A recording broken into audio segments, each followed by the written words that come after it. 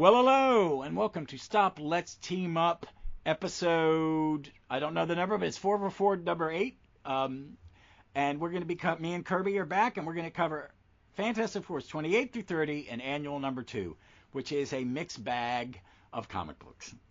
How are you doing, Kirby?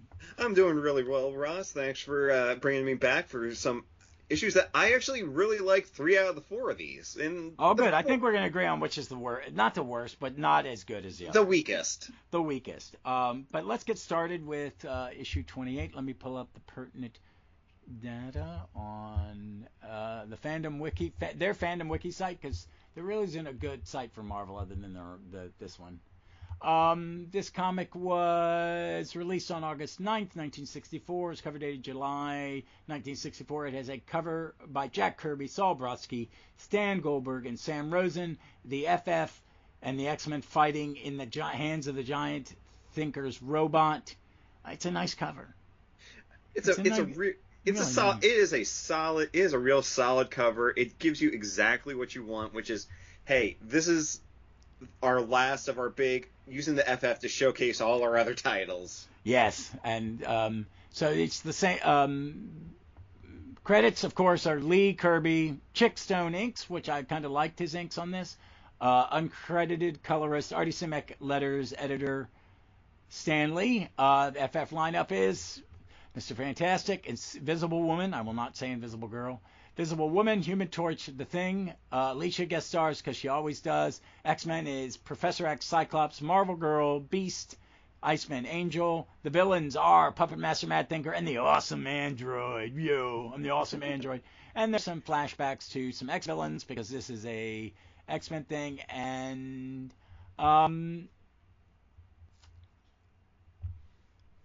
they don't. Is there a synopsis? I don't think we really need a synopsis. This is an early FF as much.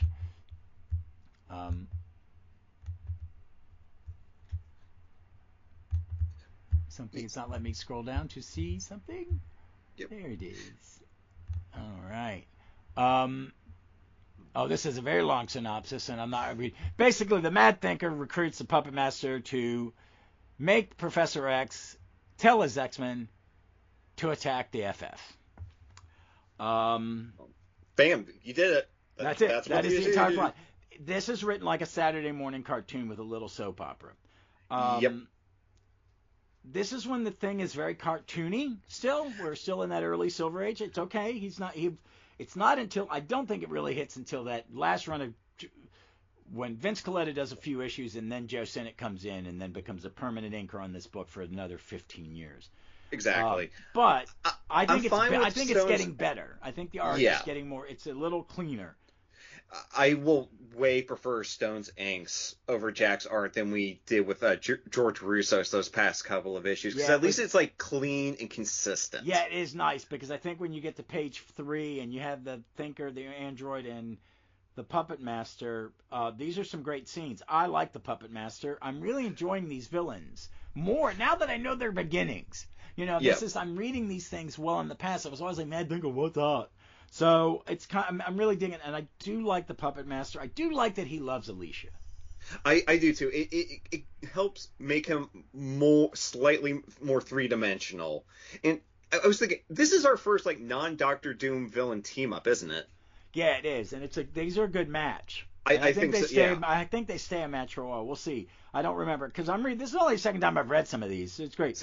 Same. But you get the X-Men. They go to the Fantastic Four, and there is a bunch of good fight scenes. I mean, the fight scenes are good. It's entertaining, but it's a lot of gags. It's a lot of action. It's fun. They get a pause, and then they go meet somewhere else and have a fight. And there's more great action with little. But why are these? They're rockets and devices and traps. The Beast Mr. Fantastic fight honestly is the best fight in this whole issue. It's just so like kinetic, and just it being the two geniuses of the team, I think is a really good matching. Oh yeah.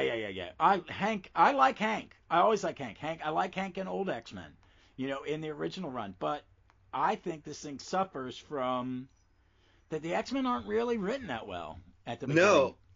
No, in this, and I'll just kind of cut to the chase. This issue would not make me, as a kid in 1964, want to go and pick up X-Men because they just come across as like Kmart Fantastic Four, honestly. Yeah, you would have just think it's some knockoff team. It's really, I don't know. And I don't know where they are in the X-Men run. Not long, maybe maybe 6, 7 issues.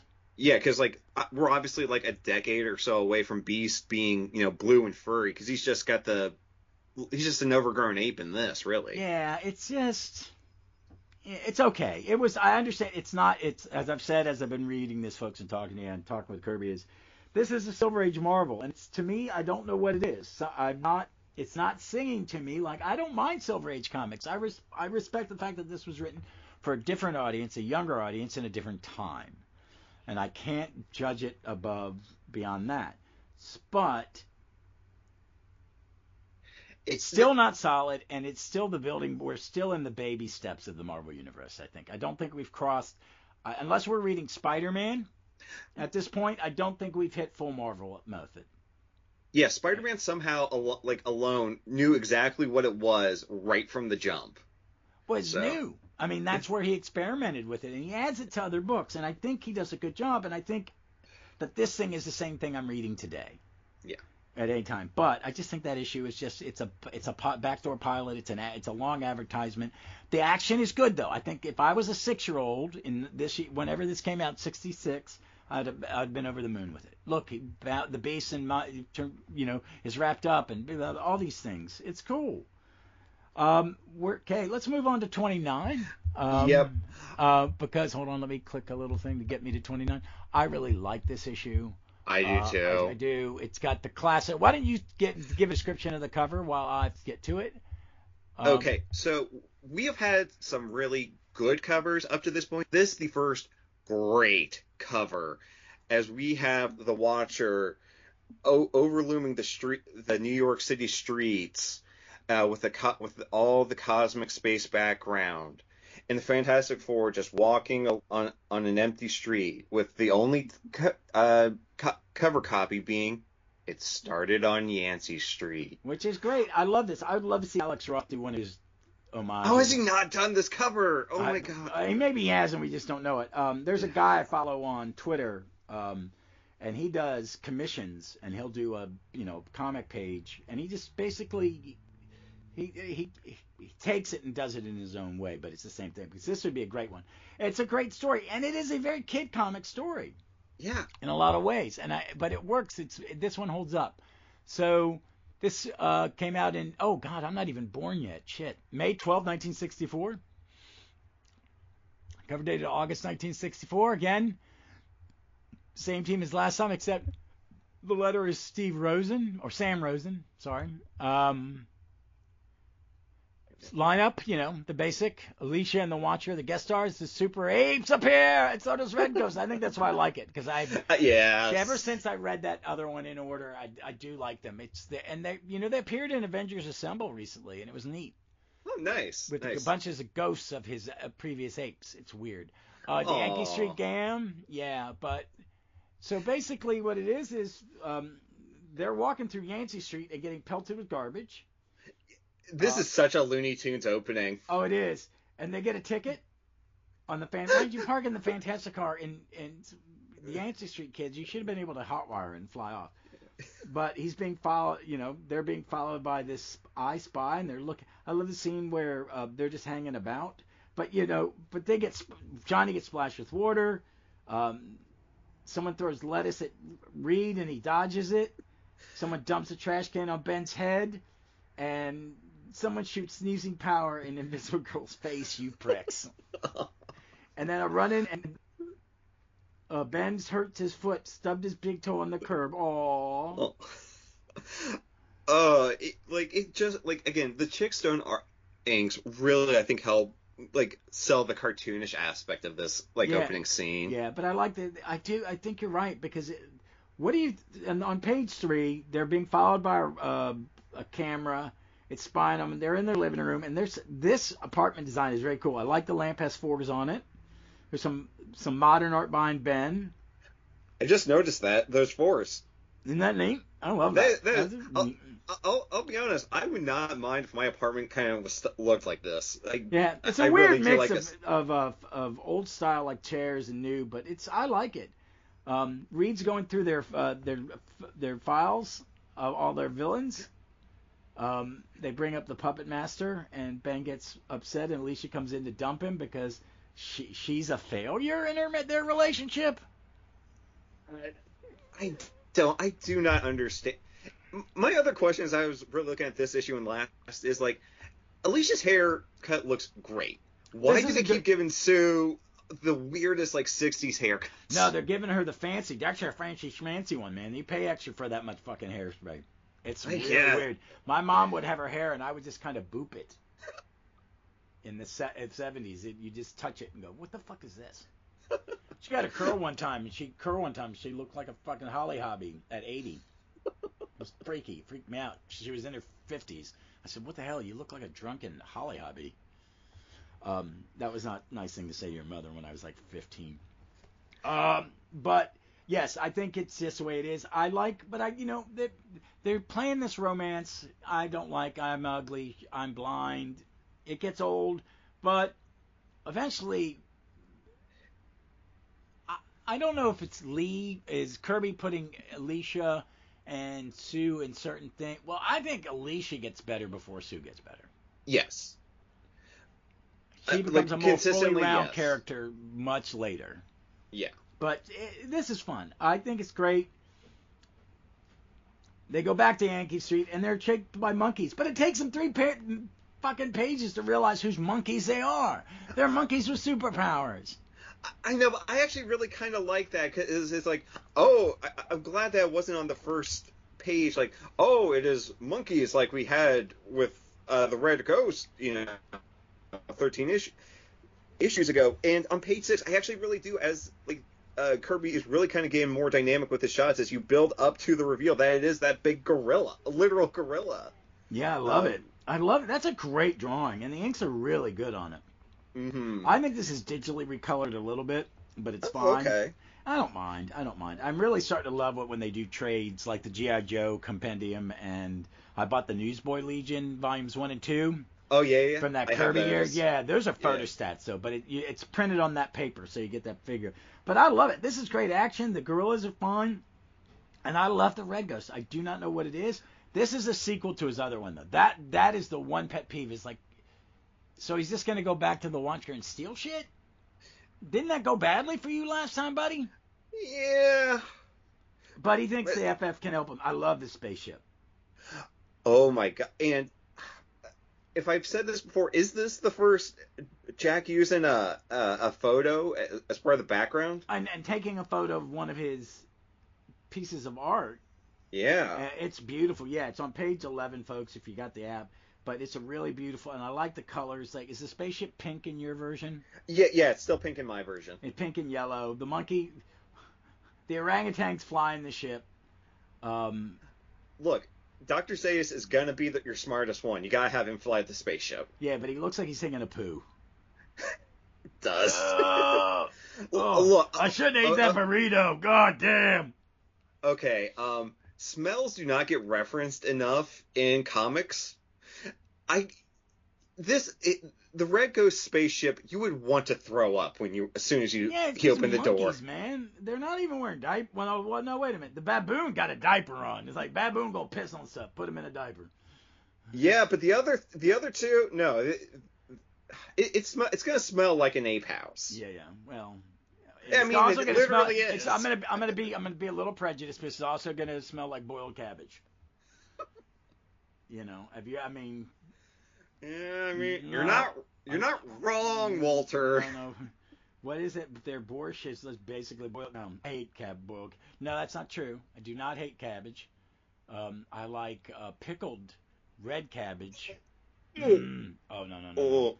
Not mushy. It's not mushy. It's crisp. It's pickled, but still a little dry. There's a place here, Soul Taco. They do a pulled pork, and that is what they use instead of lettuce. But it's vinegary, yummy.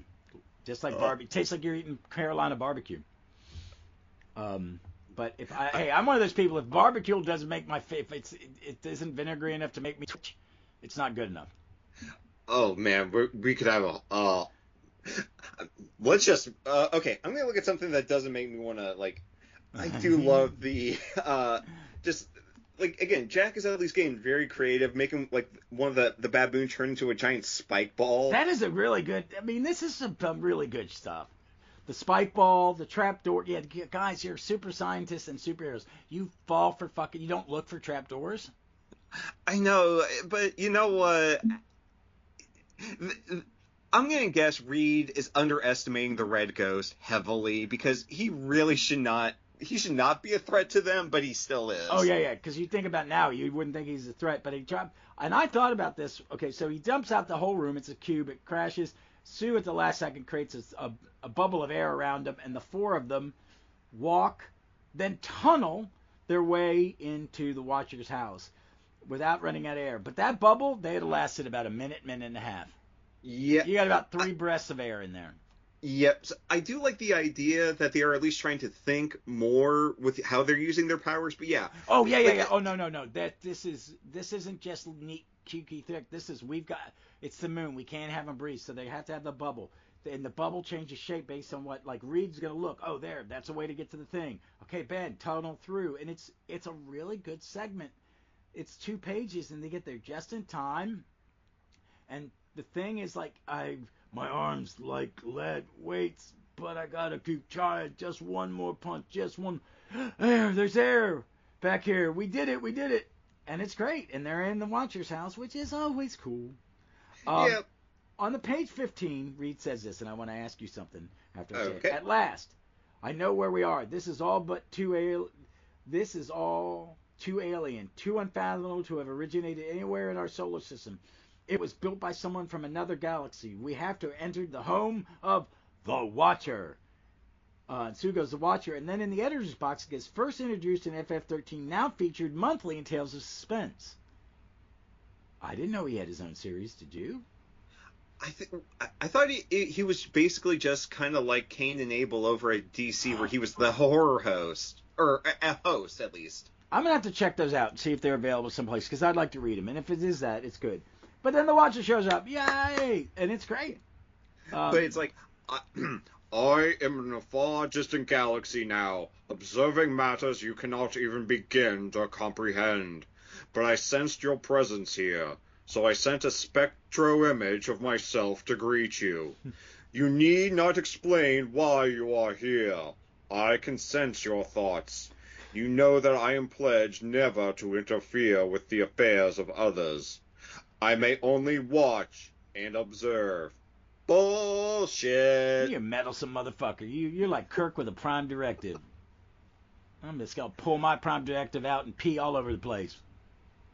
But I do like it. I don't know if that was the original. I don't know what because Jack's handing him these pages. Right. Like, why does it have to be a projection? I know. I think that that's is an Stan excellent going, question. I don't like him being there. Yeah. Because his presence throws everything out the window. Yeah. But I like it. He messes with Reed, and Reed's messing with the machine. Don't touch stuff, Reed. I know, Reed. And he turns into a Legion alien. That is exactly what that is. It's folks, page 16. He gets turned into an alien. It looks like, I'm going to say this, a Forte alien. Yep. If he was colored light blue skin, you could throw that panel at me and tell me to guess, and I couldn't give you an answer. Yeah, I liked it. And I went, no, it doesn't look like Reed. And then I looked at the face. If you cover the forehead, it's Reed. He did it pretty good. I think it's pretty good. And Reed's like, oh, yeah, wait. Okay. But I like all the tech, and I like how they just kind of.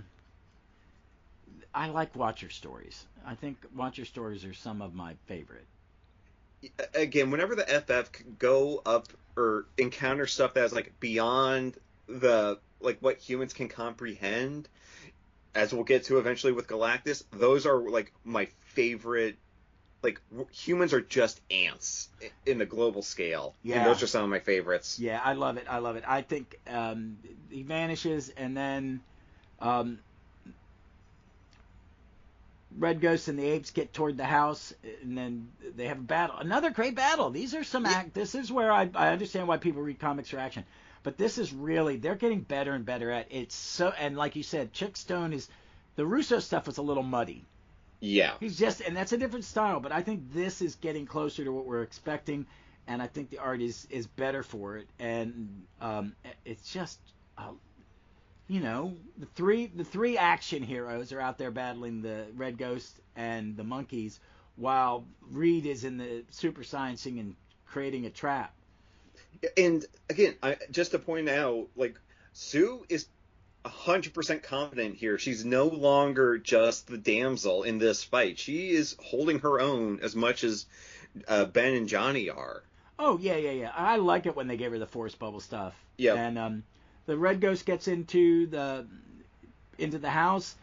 Sue puts a bubble around him so he can't shoot Reed with his claw. It looks like Claw's hand, but it's a gun.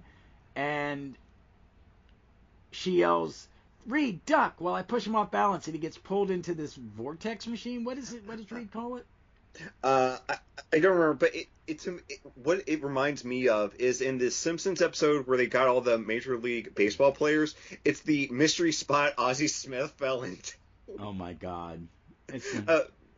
Folks, if you know, it's Homer at the Bat. It's season 3. Look at that, find that scene, and you'll know exactly what I'm talking about. As a baseball fan, I've watched it about 100 times. The Jose Canseco jokes are fucking hysterical. I know, a man who wouldn't help his own mother cross the street. Dude, I was an A's fan, and I remember when they won that World Series. It was my 25th birthday. It's the last time they won a championship, and he went to the Rangers, and he was running for a fly ball in center field. It hit him on the top of the head and bounced off over the fence for a home run. Fucking couldn't catch a cold. He was an outfielder, couldn't catch a cold. And he's a big muscle, and he bounced off his head. He just looked up and started fucking laughing and shaking his head. I'm fucking sorry. But it was hysterical. That is A's luck. But it's great. But I love this little red spiral. It's like High Anxiety, the Mel Brooks movie. High Anxiety. But it's great. He falls into it, and the Watchers, "I have returned." Yeah, thanks, man. We fucked up your house. Sorry. Yeah. Though I bear you no ill will, you are not permitted to remain any longer in the home of the Watcher. Therefore, you must depart. I may not meddle in affairs of other creatures. Bullshit. But I am allowed to act in order to ensure my own privacy. Therefore, I shall send you back from whence you came. Look into my eyes, earthling. Look deep, look long. What, dude, you gonna kiss him? Return to your home planet. He hypnotizes when they wake up on Yancy Street. I love it. And I like at the end, there's the final panel. Whether this issue is a hit or a flop remains to be seen. But one thing is certain. It ought to sell like crazy on Yancy Street. More stars, slapstick, and surprises next issue. We'll be expecting you. Enough said, Stan and Jack. And I like this. I think this is so much better than the previous issue. Yes. It's exactly what they're trying to do with this book as it moves forward. Mm-hmm. It's a lot of fun. It's a simple plot. It's a lot of fights. But it all really works. And I think we're getting closer and closer. It's like you and me said you told me when I was reading this and I was commenting on how I was surprised by it, how much I wasn't enjoying as I thought how much as I would, that I was having problems putting it in its place where it should be, and then I get to the issues around here and goes, okay, never mind. Where I see what's going on, because all these things are just being refined as they do it again and again, and as they start to understand from letter writing and stuff who their audience really is. Yep. And that's the neat thing about having the letters columns in the Omnis, because you can read some of them. I don't read them all the time, and they're pretty awful copies. I mean, I'd like to see what the new volume. They're reprinting volume 1 again. Okay. And my volume 1 is yellowed. It was old. It smelled like smoke when I got it. I didn't mind because I got it for $50, and it's twice the size of any of the volumes after it. Right. I mean, it's the first 30 is the last issue in it. Okay, so it's 1 through 30 with an annual. Okay. So 31. So 30. Okay, that's a big jump. 25. Yeah, it's huge.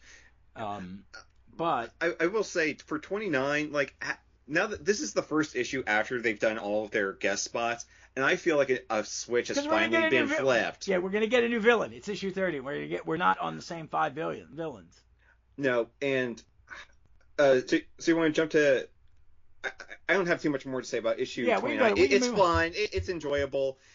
Is it the best? No, but I had a good time reading it. So. Yeah, and I think it is. There's a reason this is a fan favorite and why this is an important issue, because it's. I think they all the tropes battling Yancy Street. It wasn't as annoying this time. I think I just think they're going. We're going to still use these same gags over and over again. We're just going to do them better. Yeah, that's exactly what it is. Yeah, and it's just learning from what you're doing. Now we get a new villain. I'm so excited. This is issue 30. It came out on June 9th, 1964. I'm still not born. I'm at least conceived. It is another Kirby, Stone, Goldberg, Rosen cover with the great, will the mysterious Diablo finally be the villain who succeeds in breaking up the FF? See bashful Ben transformed into a startling different thing. I love this cover. I do love too. I love Diablo. I do too. I have a lot of affection for him because he was the first villain Byrne used when he was writing and drawing the FF. So he definitely has. It's a great fucking issue. Oh my God, those first. Well, that whole run. I'm sorry. It is. I'm gonna pose a question to you, and then I'm gonna give you something when we get done. Okay. It just came to my mind, but I'm gonna save it. It's a great cover. Diablo's a great Kirby design. It's like that. Yeah. No other artist is going to come up with that Diablo design. No. That is Jack. That is 100% Jack. And all they have ever done is refine it. They don't really change it. I think in the 70s he wears a suit and tie. I'm like, get the fuck out of here. Yeah. I gotta say this because this is so Ben on the cover here is how he will be transformed in the book. So I just want to get this out of the way. The Ben on the cover is what Ben Grimm would look like if he was drawn by Mike Sikowski. Yeah, he does. Yeah. He doesn't have childbearing hips, though. No, but other than that, it's like, this looks like a Mike Sikowski thing. Is that a bad thing? I'm going to ask you. I did not like Mike Sikowski when I was a kid. But over the years, I've learned to really appreciate what a good artist is. And I think the art on his Wonder Woman and some of his non-Justice League is better. Okay. But I like him. But what's your take on him? You're 20-some years younger than I am, or more than that. You're 20. Let's see. You're same age as my dad. You're 26 years. Shit. Different. Sorry, I don't mean to bring that up. No, it's really okay. It's okay. Hey, so you let your dad know. Your dad might get a kick out of this. So we're watching the Thanksgiving Day parade, and his classmate Hody Cobb from the Today Show. Was on it, dancing to the music, and it looks like she was shitting her pants. She looked so fucking uncomfortable. Her and Savannah, or the Bush kid, who I like. I like George's daughters. I like George Bush's wife too. They're not assholes. Dad's the one that had some weird fucking ideas. And I don't mind him that much anymore. But she looks like she's shitting her pants. It's just awful. I felt bad for her. This is her last day on the Today Show, probably. Yeah. My wife said, "Why is she doing this?" Oh, they get paid extra to do this fucking parade. Oh, I bet. She's getting $10,000, 50. If she's SAG or AFTRA, she's getting 10 or 15 grand for just showing the fuck up. She didn't have to enjoy it. Does anybody enjoy the parade? My wife loves it. I find it hysterical. I've never gotten it. But your dad probably sat down because it was the only thing on damn TV when we were little, and you watched it every year, and I think it traumatized us. But I just think because he probably knew her, I knew of her, he's pointed out like. Did he ever show you his? But I showed her her high school graduation picture.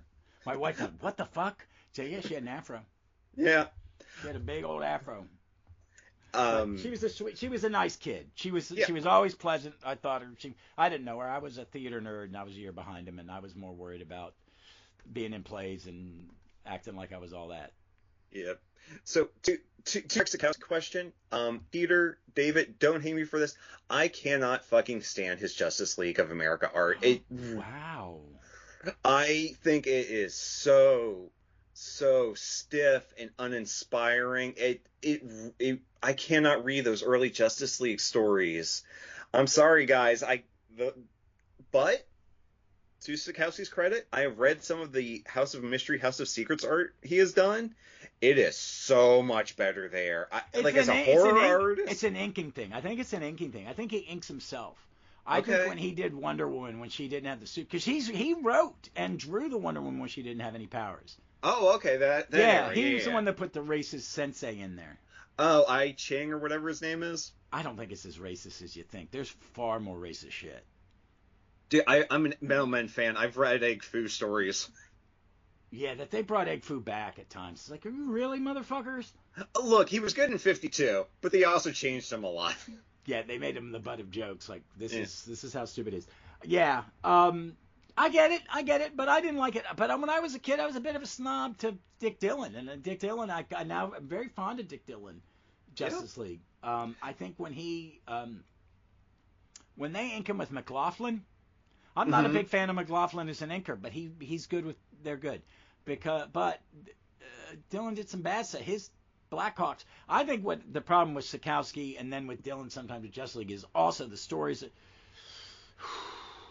There's some stuff in the 70s, 80s, 90 issue numbers that are fucking rough. Yeah, I have a trade that has a lot of those. It's the Fleischer shit and stuff like that. It's really Carrie Bates stuff. For me, it's iffy. Yeah, and like I said, I'm a Bates defender, but man, some of those are Len Wein starts with 100, things improve dramatically. Oh no, it's night and day, and that's why 100 through 114 is probably, I think, the solidest that book has run is until Conway Dillon. Yeah, Conway Dillon, the satellite year, after that, Conway Dillon is good. It's really solid. I think it's one of Conway's best superhero books. And the Englehart era with Dillon. The Englehart stuff, and then Conway comes back and writes it through Detroit. I've never read the Detroit. I realize I have all of that run. I just need to find the time to read it just to kind of get the feel of it from beginning to end. You're gonna have to give me a reading order because DC puts the annuals where they belong. That's right. I'm thinking Marvel, but I need to read it. I would love if they reissue this. I've got the Silver Age volumes 1 and 2. If they do the 3 Bronze Age and the Detroit era omnis, I will get those. Yep. Justice League of America, and I know folks were way off topic here, but that's one of my big. I'm kind of collecting them as I have, and I got about 24 issues left from 100 to the end of the Detroit era for me to find. So that's pretty good. It's a good run. Yeah. That's a good run. That's a good run of solid comic books. Sometimes I think they're because you got to crossover every year. But we'll talk about that. Maybe we'll do an episode where we talk about all the different JSA team-ups up through Crisis. Yeah. And kind of rank them. Okay, I can do that. Yeah, they're not. I've got all the Crisis on Earth things and the last omnibus, which has this stuff through Crisis. But it's good. Let's get back to the dreaded Diablo. Great splash panel. They're even on vacation. This is the splash page caption. It says the dreaded Diablo. I haven't gotten the pertinent data, did I? Yeah, I did. Okay. Yeah. It's basically same. Artie Simak's back for lettering.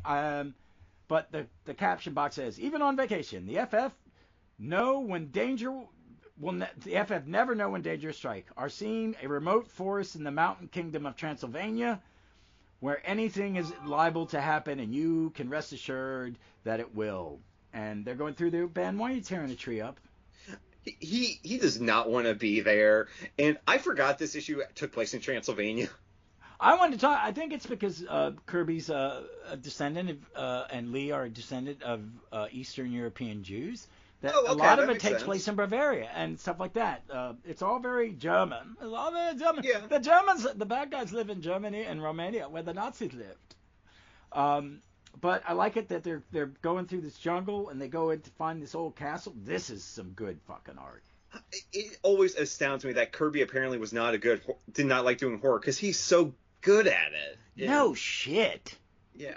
No shit. This panel on page 2 when they're walking up the stairs, and then you got the Burgermeister, and all I could think of is the Burgermeister from A Year with Without Santa Claus? Yeah, is it that one? No, it's a origin story. Yeah, this is here. Yeah, he's sick, so Mama is telling the story. Mama. Yeah, but isn't St. Nicholas Hungarian or Turkish? Depends on which history you're believing, I think. Nothing written by the church. Yeah.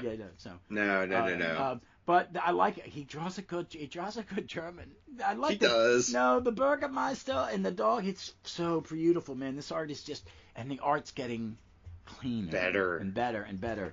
Ben, look at Ben. Look at panel 2, page 3. Ben's checking out the Burgermeister's Turkish. He is, but you know what? It's not. He's not just standing. Let's say the coat. I think Ben would look good in that outfit. I really do too, and I like when Ben is actually in normal people. Well, not that this is like the most normal clothing, but you know what I mean. Yeah, it's like, who's that comedian that takes off his shirt? It's like, come on, man, put a shirt on. No one needs to see that. But yeah, I think this is all of this stuff in the castle, page 4, the tunnels, the use of colors. Is the thing he unplugs purple in yours? Yes, yeah, it's purple in mine. Okay, yeah, the art's just gorgeous on all this stuff. It's crazy how good it is.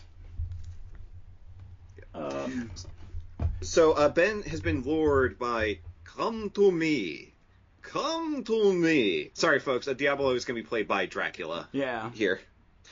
Come forward, mighty one. One last task awaits you. Ben, why would you think... I know he's hypnotized. Why would you think this is a good idea? Oh, yeah.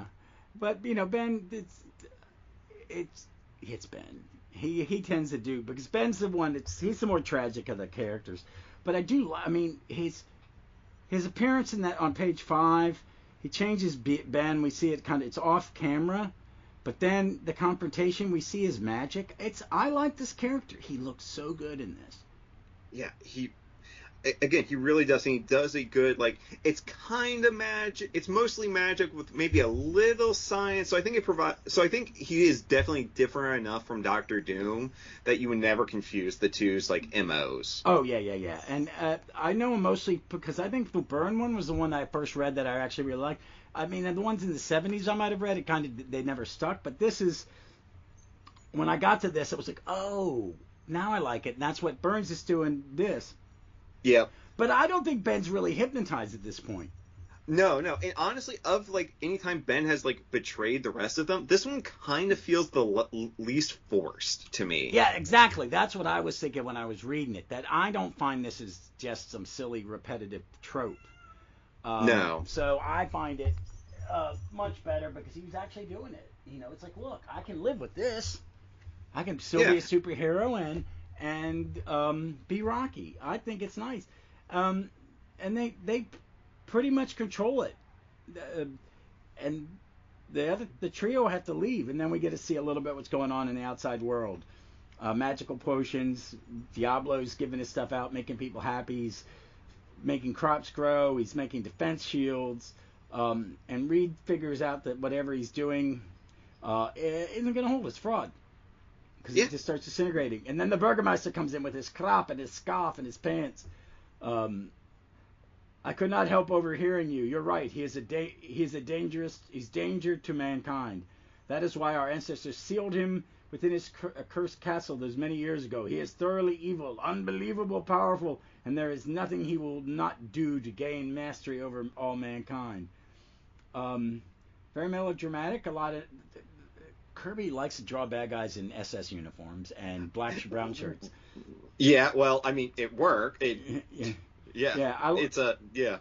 Well, I like it that the stuff on Ben wears off. All the other stuff wears off and people are pissed. And it's great. I mean, I like his layouts. He'll do these, like page 11, the 6-panel layout. Oh, where Ben just smashes through that pillar just in one go, and it's not even really the focus of that panel. No, it's great, but it's great. You get the newspaper headlines, and then we get to see a lot. I love it. This stuff with Ben, Johnny being chased by the heat-seeking missiles. Oh, we're really starting to hit peak FF action, and again, Sue in these next couple of pages is this is one of her high peaks here of the first couple of years. It is amazing. She wins this fight for him. She breaks things where he can't see it. He turns him invisible, and he gets trampled by his own men and fireballs, and he goes running into the basement, and then that's when Reed gets in. Reed oozes through the cracks of the castle to join up with them, which was kind of disgusting looking. Yeah, I like it, but see, I love it when I think Byrne and Kirby and I don't know. I don't think they always use Reed as his powers. They don't Plastic Man him up enough. No, but I like Reed. I do like when Reed is not Plastic Man. I like when he's more like Ralph, where they can still play with it, but it's not as like. Oh, I got you. A Flash Green Lantern, I guess. Yeah, I got you. But they find Ben in a glass tube, and they all end up in glass tubes. But Ben realizes he can get out. And I like this. And again, the use of panel sizes and the layouts are great. When we get to page 20, it's just 4 panels. Oh, let me see if I can do this. Are you talking to me? Mm-hmm. And now, Buttercup, you've been shooting your mouth off all about your powers, so I'm gonna give you a little demonstration of my own. Take a real good look at this iron monkey suit I'm holding. It's incredible. That cast iron suit of armor must weigh more than a ton. And Ben just crushes this thing together and just chucks it. Just makes a perfect sphere out of this armor and just chucks it right at Diablo, who barely misses, his head getting just ripped off by it. Oh, yeah. But I like it. He runs down. He goes back into his crypt. Ben puts the plug back in and then collapses the whole building. But forgetting his friends are in it. But wait a minute. They wake up, get out of the tubes, and he's like, oh, come on. I can do this one where he's holding up the building because he's, oh, shit, I almost buried my buddies. Yeah. We thought, come on, get the lid out. Do you think it's all I got to do? We might have known you'd fit into this somehow, Ben. As soon as we're past, you drop everything and follow us, big fella. Reed yells at him as the castle collapses like it's Castlevania. Yeah, and then Johnny makes something hot enough to make stone turn molten lava. But I like it. He's buried. Again, he'll be unburied. And they're lost in the woods. It really ends with, and let's just say they were saved by, I don't know, let's say Mo. It's really how it ends, because they just ran out of pages. I know. I like it. Well, I think that wrap-ups in this era are just always, there's, that's more, I don't know. Sometimes it's not the big one-panel splash or whatever. Now I'm looking at using the app as my source for this, folks, instead of having the Omnis in my lap. And I have to find the annuals, because Marvel doesn't put the annuals where they belong. That's so weird, because I mean, like they should have the dates and all of that. You would think that they could easily they're the ones that map the Omnis and the Epics. They know where they are. They just Yeah. But we're gonna go on to a very important comic, folks. I think it's a very important comic. Me and Kirby were talking a little bit at the beginning. It is Fantastic Four Annual number 2. I'm clicking the thing to make it go to it. Let's Kirby, why don't you give him the lowdown on this 70-page annual cover? All right. So first off, Fantastic Four is done in alternating red, blues, and greens to really kind of give it a nice 60s flair. The world's greatest annual. It gives itself a badge, featuring a double-length epic, the final victory of Dr. Doom. And it is a giant Dr. Doom just terrorizing the FF, who are hanging on for dear life as they're trying to fight him. See, in all its pulse-pounding suspense, the never-before-revealed origin of Dr. Doom. I won't be doing that the whole discussion, folks. I just need to get it out of my system. This is very good. It came out July 2nd, 1964, cover dated September 1964. It is another Stanley, Jack Kirby, Chick Stone, Sam Rosen, Stanley editing. The normal FF lineup, Dr. Doom. And this is a comic that is about Dr. Doom. Because the first part of it is the fantastic origin of Dr. Doom. This is the version of the origin that is just retold basically doing homages to this 8-page story, which is amazing. It's 12 perfect yeah, it is. pages. The art is, the Chickstone inks are even more tight. So much is going on. All these things we'll see in retelling after all, because you're not gonna make it better. No, and making him an alternate Reed Richards is a really dumb idea when you have this to work off of. Yeah. I like it when he's the hybrid of magic and science is what makes him a great villain. And I like what's going on in Marvel right now is that he is the Sorcerer Supreme, and it's going to be a problem. So yeah. Oh shit! I didn't know that. I'm a little behind on the FF. Well, no, that's not happening in the FF. I've enjoyed the Blood Day thing. That's the only way they could beat. Okay. The evil god of vampires or whatever, the Dark Force was, and because one of the first people killed was Doctor Strange, but his astral projection form lived, so he couldn't do certain things. It was good. It was a really good thing, but it's going to be the Avengers against Doom, and then a little bit of FF, because North is doing something else. So, but it'll tie up in there. And they had some of the blood stuff, the Blood Day, whatever it was. And those issues were good. The FF issues were good in that. That thing got a little too. I haven't finished reading all the issues because some of the stuff it was. I've just done the Gang War one, which is good, but it was a lot of stuff I've never read, and I was like, sure, I don't know this. But this is a classic, and the art's just beautiful. It starts with Boris and his. What is this guy's name? Does he have a name? Boris. It is Boris. Yeah. It's Dr. Doom and Boris. Yeah. And Doom is just sitting on one of his thrones, just looking despondent. And then on the next page, I will usually take a lot of pot shots at a lot of Stan Lee's writing. I think his prose in these caption boxes on page 2 are legitimately some of the best things he's ever written. He's setting the mood as they walk to the spot, and then we get the flashback like it's a 1930s movie. You know, here's the origin, and about his dad being a healer, and, you know, the evil Burgermeisters or whatever they are attacking the, I'm not going to say gypsy, call him a gypsy because that'd be bad, but Roma. The Roma. Roma, right. Again, man, it's just so well, it is packed, it's densely drawn, but it's like you're watching a feature film in a lot of ways. I mean, a feature film made in the 1960s, but you know what I mean? Yeah, no, this would be a great Hammer horror movie. Just this whole thing, because again, his Doom's father is dragged into the castle to save, you know, the Burgermeister, and when he fails because there was only so much he can do, you know, they start hunting him down, and his father, you know, takes him, you know, deep into the wilderness to where he eventually freezes to death, but Victor is hanging on by a thread. Yeah, it's so tragic, and then he decides to he starts fucking with people to get. Yep.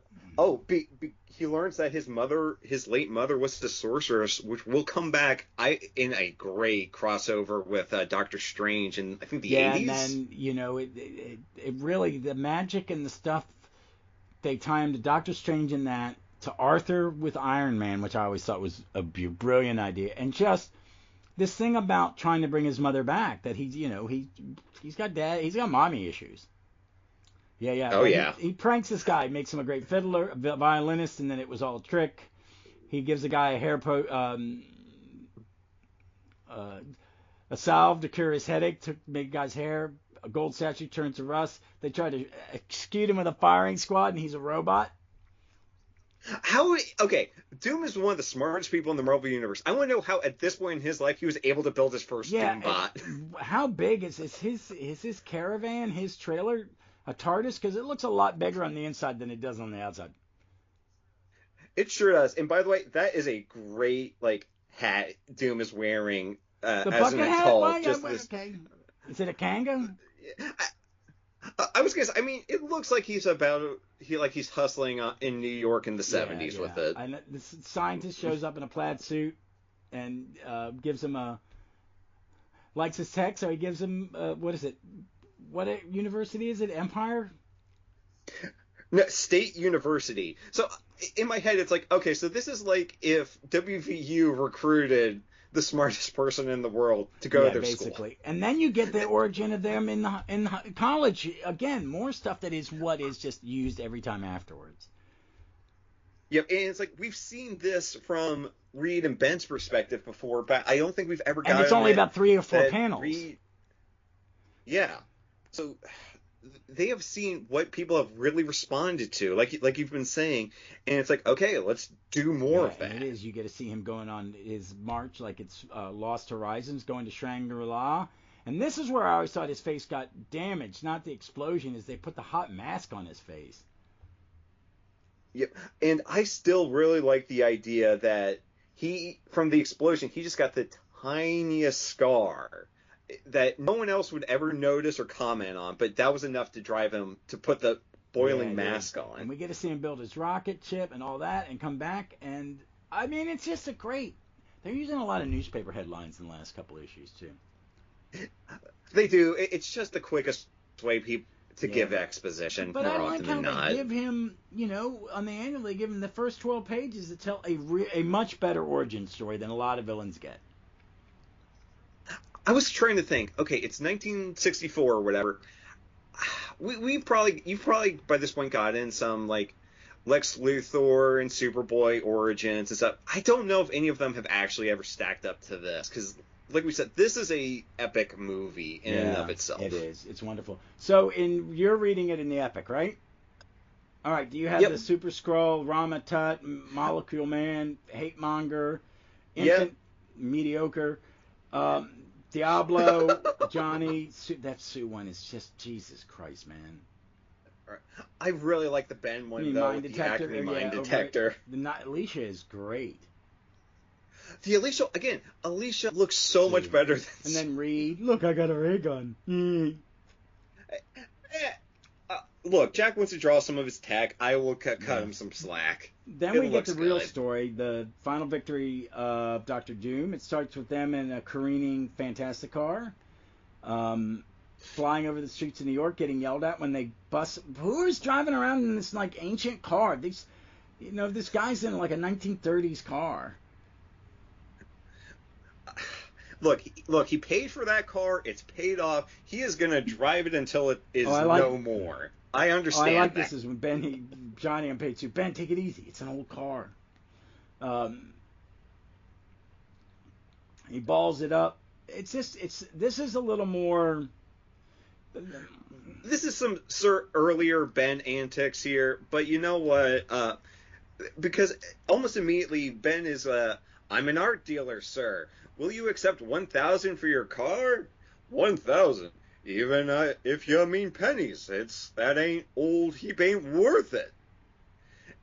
And it's like, does this even play into the rest of the story? No, it's just to introduce you, because this is a Dr. Doom story, and the FF they're the secondary characters in it, I really feel. They are. They are 100% are.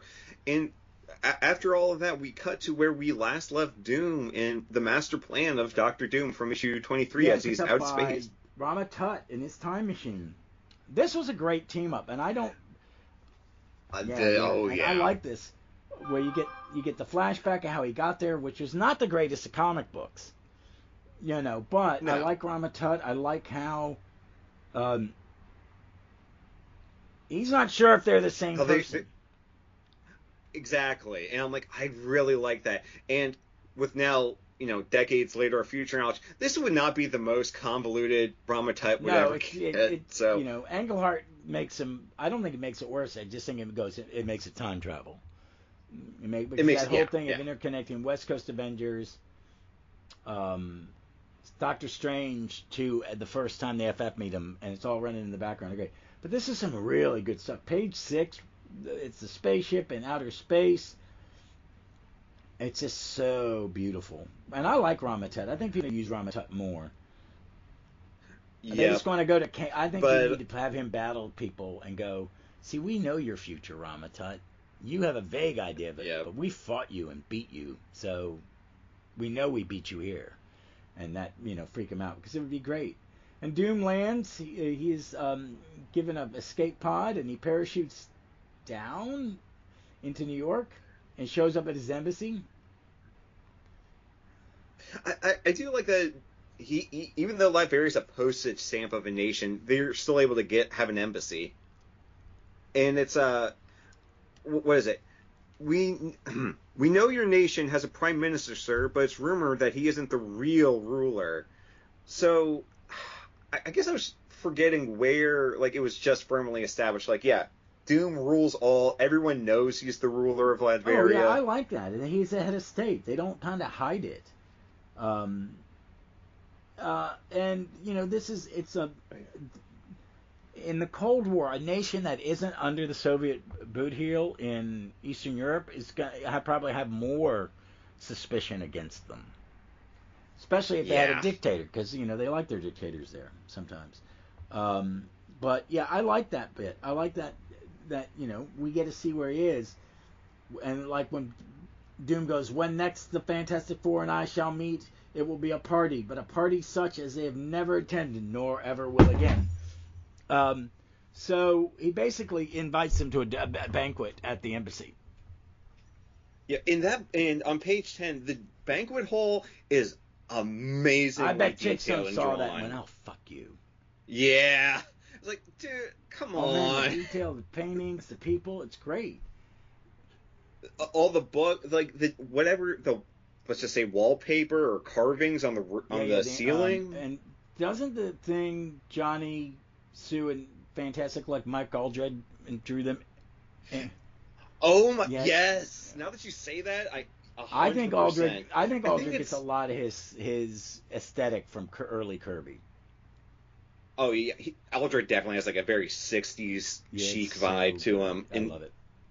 I do this is great. They all drink this stuff, and it starts doing. I never got what it was doing to him. It's like, why is Ben transparent? Oh, they're illusions. Oh yeah, he's right. They're illusions. What is it? Doom explains that it's like now that they've drunk it, everyone except Reed, because Reed is smart. Doom controls what he wants them to, what he wants the other three to see. And then for about 3 or 4 pages, they fight each other. There's misunderstanding. Sue sees Reed making out with some heiress. Oh yeah, is what she sees, and some Doom really just being a dick here by having Reed, quote unquote, go, "Love you. You're lucky I even tolerate you. I believe in playing the field, Blondie, and don't forget it." My. It's like, Jesus. I know it's Doom controlling, like, creating a fake Reed, but wow, that's some 60s writing as hell. And then he's looking at a mirror, and he takes off his mask and freaks out, and that makes them break concentration, so they go attack him. And again, I like that scene more if Doom just has that tiny faint scar, just to play into his arrogance and all of that. And I really like the detail they gave to the inside of his mask, where it looks like there is Giffen art. Oh yeah, no. Well, I mean, if we're talking artists who definitely worship at the altar of Kirby, some of my favorite issues of Defenders are the ones that Giffen did. That was chef kiss to him. But I like this. They win the battle. I like Reed stops the fight between Johnny and Ben by wrapping all around him and then spinning him like a top, making him dizzy. He's like, "Oh, my aching back." And then they all make peace and do that little thing. And Doom infiltrated the Baxter building. Yeah, I like that. He always does it, but Oh yeah. Let's see here. Gangway, while that big ham is busy making with his square speeches, I'm gonna give him a fistful of knuckles to chew on. It's clobbering time! And while Ben is just,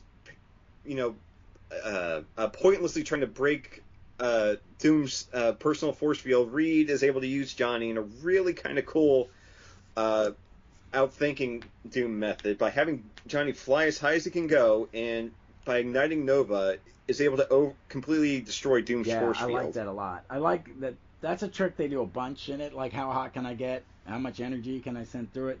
Reed, man, buy some fireproof gloves. Invent some fireproof gloves. Or heat resistant, whatever it is. I know.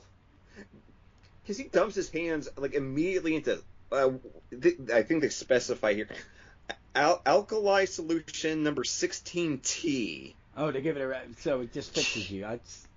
And I like that Sue does it again. She turns the bad guy invisible. Mm-hmm. And it's, you never suspected I had the power to turn others invisible as well as myself. Nor could you ever have imagined how difficult it is to move about without seeing your own body. Bah! One with my mentality will adjust to it in seconds. So, but again, they've learned to use Sue so much better in these past couple issues than they did throughout like the first 2 years of this. So I like that Reed's gonna have a mental battle with him, using this machine. It is so like bad sci-fi writing. Get someone out of it. It's like a Star Trek plot point or a Doctor Who plot point that you're like, really? I was gonna say, it's like, did Spock ever use the same ploy on someone? Oh shit! I think Data did. I think they all did at one point. And and Doom just goes, "I won. I've killed Reed." I walk off, and then he leaves, and Reed's going, "It was just an illusion." Yeah, which honestly, I saw it coming, but I felt they did build it up well enough that it does not feel like a cop out by any means. It doesn't. So that's annual 2, and I think it's really good. I don't think the next annual is the wedding. So that's a little ways off. I think it was great. I think it's probably one of the better and I think what we're going to get in 31, what is next, 30 and 31? 31 and 32, where we are introduced to Franklin Storm, Sue and Johnny's thought dead father. In like that. What is he called? The Invincible Man? 2 issues. The Invincible Man, yeah. Yep, but first, like, he's introduced in a Mole Man story, which is, if memory serves him, folks, I'll obviously look into it next time. It's fine, but it's the Franklin Storm of it that really carries that issue. 31, 32, 33, 34. Ooh, wow, we get Submariner back, and Gideon. Oh, we start the Gideon thing, who will come up later. Oh, yeah, we're going to get the first Frightful Four coming soon. See, we're getting close, folks. We're like 2 episodes from the Frightful Four, and then the Doom Daredevil team crossover. Yeah. Oh, nice. Yeah, we're getting into the better stuff. I think we've crossed the threshold into what I really like about FF. So, yeah, no, I think 29 and 30 were really good issues. I think honestly, if you had to say, hey Kirby, when does FF really take off? It's annual 2. I think it's a good place to start. It is a really good place to start. Yep. It resets Doom. Doom's a much better bad guy from here on out. He's kind of inept earlier. They all are. I mean, because you got to fix it in 20 pages, and we're going to start to see two-part. We're really going to get to the two-parters now too, because there's the Mole Man, and then there's the Invincible Man part, and then everything's 2 issues, which is good. I liked it. So, what did you think overall? So, at the top, you said there was one you read. The X-Men is far subpar compared to the others. Oh yeah, like the X is not even the worst of like those crossover issues, but it's the weakest. And then there's just a dramatic jump up with 29 and 30, and then annual 2 just knocks it right out of the ballpark. How much better they are from 28. The annual is a jump of an equal height to do. I mean, we're getting to, because the Frightful Four stuff is really good. I mean, I like the Mole Man. I think, but we're going to get to the Frightful Four. They'll come in and out. We get Medusa. We're going to get we're going to roll into some really good stuff coming up. Yeah, like I've been struggling with some of the issues over the past couple of episodes, but it's like I know we're getting to the Doctor Doom origin. I know we're getting to Doctor Doom origin. I'm just glad we started this after I had finished the first Omni. And that I'm rereading them a second time. Some of them are coming out worse in my mind on the second read, but some are moved up a bit. But this is exactly where you were going. Oh no, you're almost there, and you were like in the 30s, and I read and I was like, oh yeah, I'm here, and I got it. Yeah. Now and it's gonna get even better. It's gonna get better because we're gonna get Black Panther, we're gonna get Silver Surfer, we're gonna get Galactus, we're gonna get Inhumans, it's just gonna roll and roll. And folks, I'm already up to